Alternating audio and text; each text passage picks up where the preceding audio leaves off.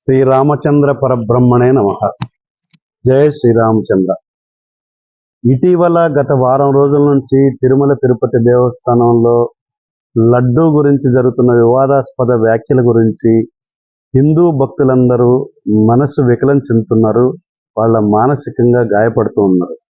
ఒక్క మాటలో చెప్పాలంటే ఇది రాజకీయ కక్షలు, రాజకీయ కార్పణ్యాలతోని ఒకరి మీద ఒకరు నిందారోపణలు చేసుకొని, తిరుమలని బేస్ చేసుకొని, స్వామివారిని బేస్ చేసుకొని, కలియుగ శ్రీ మహావిష్ణువు, కలియుగ వైకుంఠం శ్రీ వెంకటేశ్వర స్వామి అడగగానే భక్తుల కోరికలు తీర్చే శ్రీ బాలాజీ వెంకటేశ్వర స్వామి యొక్క పవిత్రతను దెబ్బతీస్తున్నారు.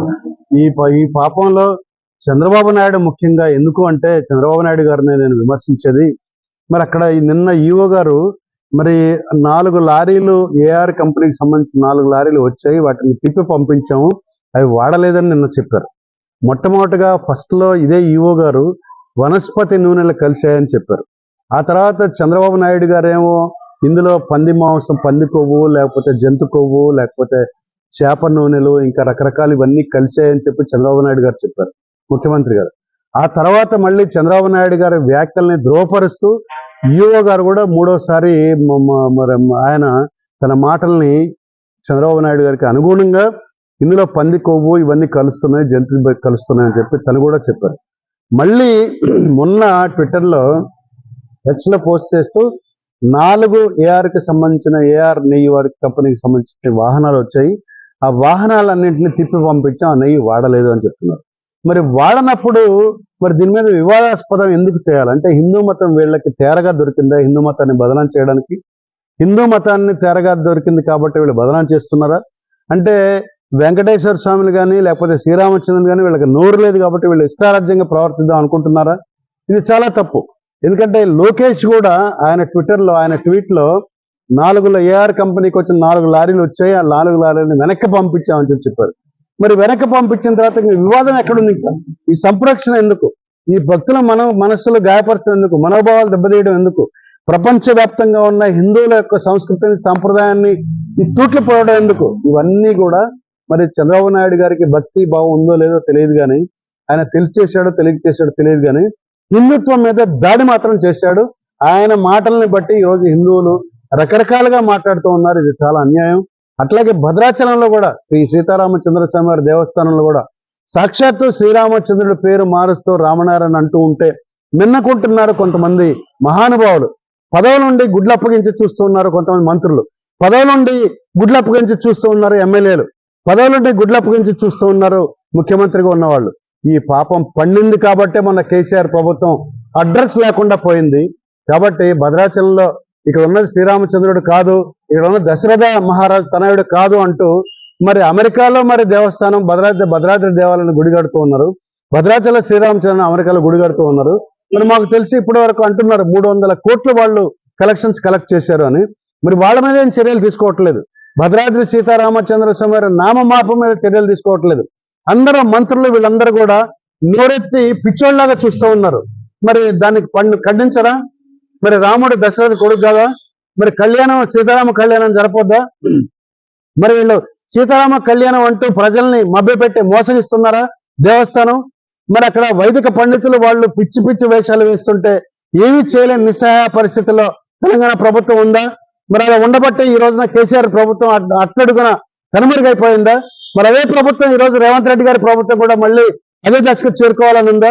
మరి భద్రాద్రి అంటే పడిచచ్చేటటువంటి, భద్రాద్రి అంటే శ్రీరామచంద్రుని బాగా ప్రాణం ఇచ్చేటటువంటి మరి తుమ్మల నాగేశ్వరరావు గారు కూడా ఎందుకు మినకుండా చూస్తూ ఉన్నారు? మరి వీళ్ళందరూ ఎందుకు మాట్లాడడం లేదు? సో భద్రాచల శ్రీ సీతారామచంద్ర స్వామి వారికి అన్యాయం జరుగుతుంటే కూడా మాట్లాడడం లేదు, తిరుపతిలో ఈ విధంగా అన్యాయం జరుగుతుంటే మాట్లాడటం లేదు. ఇది చాలా తప్పు. హిందుత్వాన్ని కావాలని దుష్ప్రచారం చేస్తూ ఉన్నారు. వాళ్ళ మీద కఠిన చర్యలు తీసుకోవాలి. మరో ముఖ్య విషయం, నెయ్యి ఏ కంపెనీ అయినా, ఏ సరఫరాదారైనా, ఏ సప్లయర్ అయినా వాడి లాభాలు చూసుకుంటాడు తప్ప పుణ్యానికి ఎవడు సప్లై చేయడు.